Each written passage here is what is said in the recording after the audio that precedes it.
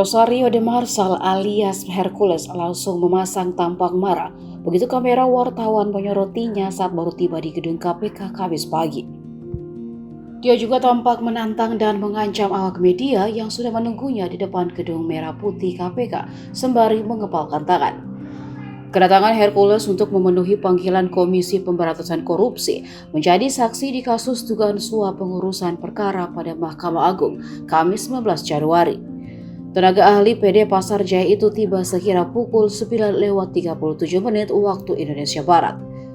Begitu turun dari Toyota Velfire berplat nomor B818HR, Hercules langsung disambut awak media guna mencari tahu tujuan dirinya diperiksa KPK.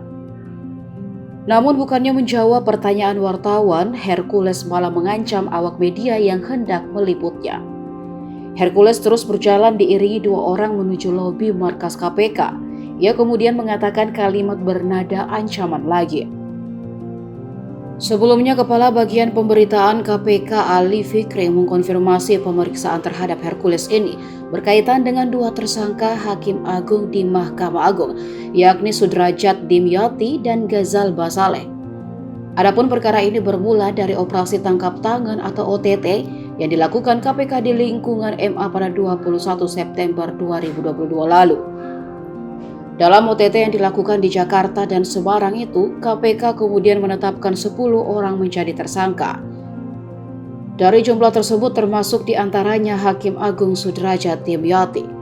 Lalu dari sinilah kasus suap penanganan perkara di MA dimulai hingga berkembang dan menyasar Hakim Agung lainnya yakni Ghazal Basaleh. Penyidik KPK kemudian melakukan pengembangan penyidikan ini dengan menetapkan satu tersangka baru lagi yakni Hakim Justisial Edi Wibowo. Terungkap ternyata Edi merupakan Hakim Justisial yang membatalkan status pilot salah satu rumah sakit di Kota Makassar. Dalam konferensi pers, Firly menyebut Edi Wibowo diduga menerima uang sebanyak 3,7 miliar rupiah. Suap itu diterima guna membatalkan kepailitan salah satu rumah sakit di Kota Makassar.